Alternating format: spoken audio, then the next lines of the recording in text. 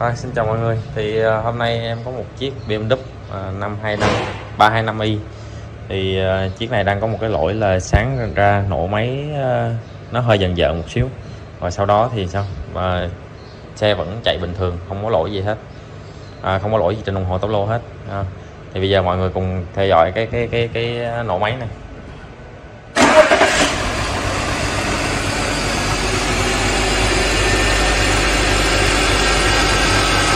Mình có thể thấy cái máy nó hơi rung rung đó không? Cái xe này á, mình chỉ có dùng cái máy đọc lỗi mình mới thấy được cái lỗi đó thôi. Bây giờ mọi người cùng theo dõi cái lỗi này. Thì bây giờ mình sẽ tiến hành đọc lỗi với cái máy chẩn đoán ISTA nè. Thì mình thấy là lỗi đang bỏ máy 6 và máy 2 nè. Thì với cái động cơ này nó là động cơ 6 máy thẳng hàng nha. Và tiếp tục một cái vòng tua khác á, thì em thử xe thì nó lại báo là máy 4, máy 5. Thì với cái lỗi của cái động cơ này là nó misfire khi mà buổi sáng và nó ngẫu nhiên, không xác định là máy nào ra máy nào hết.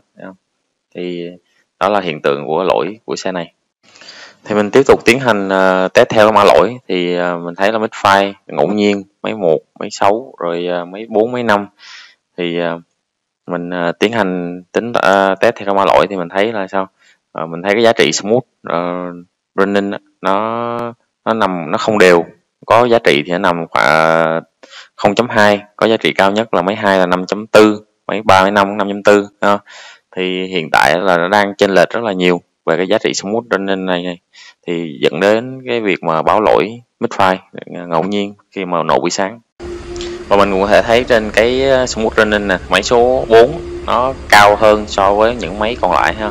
Thì lúc này mình coi cái data nó trả về là thấy nó có sự khác biệt rồi. Thì mình tiến hành tháo buri và kim phun ra, mình kiểm tra thì mình thấy cái đầu buri nó rất là đen và kim phun nó cũng vậy.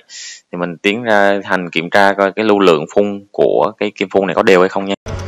Thì mình tiến hành kiểm tra đo lưu lượng của 6 cái kim. Thì mình dùng cái máy để đo kiểm tra cái hệ thống kim phun này.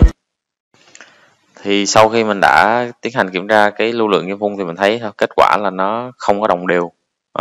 Thì mình thấy là vấn đề nằm ở cái kim phun này, nó phun không có đều giữa tất cả các máy, thì dẫn đến cái việc mà smooth running nó cao hơn mức bình thường. Thì mình tiến hành thay thế cái kim phun này.